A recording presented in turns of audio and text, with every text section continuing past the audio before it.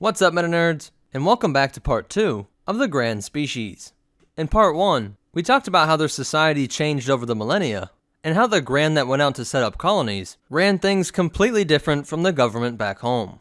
The colonies on Hack were similar in many ways to their homeworld, but on Malastare, a governing body known as the Gran Protectorate would dominate the native Dug species, forcing the entire population onto just one of their continents, and made them work in conditions that were little better than a slave. When news made it back to Kenyan, the other Gran were horrified at the brutality and greed shown on Malastare, and they tried to distance themselves from it all, but many in the galaxy judged all Gran based on the actions of their exiles. Ironically, because the family-valued, peaceful Gran kept themselves isolated, the galaxy saw a lot more of the exiled and colonizing Gran, definitely not the best of their species.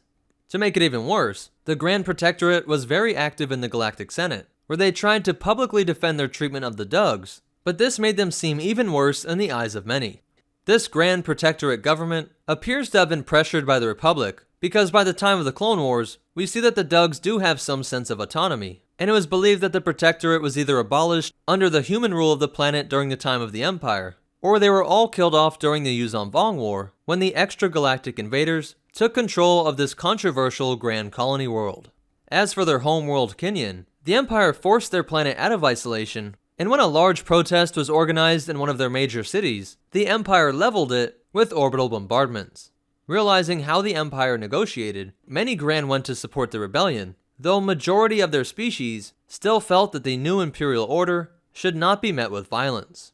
In fact, all of those who left to join the rebellion still refused to ever carry out attacks on the Imperials that were occupying Kenyan.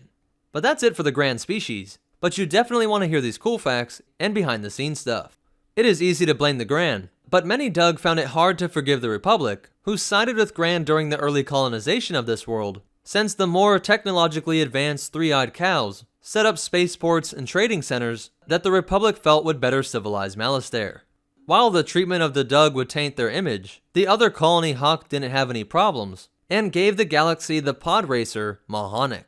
It is interesting that both the Gran and the Chiss have the ability to read people's emotions through subtle movements and heat changes in their face, and have similar societies, promoting a strong sense of unity and avoiding war, while having very reserved and controlled societies, all while being governed by an elite few. The Gran that we saw in Jabba's palace was exiled from Kenyan for murder, and found a new life on Tatooine, taking care of Jabba's frog dog Bubo. His name was Reese Yeast, and he suffered from a rare deformity where his hands and feet were swollen, and the design for this creature was originally going to be used for Admiral Akbar, but of course Lucas decided to go with the big-eyed fishy creature instead.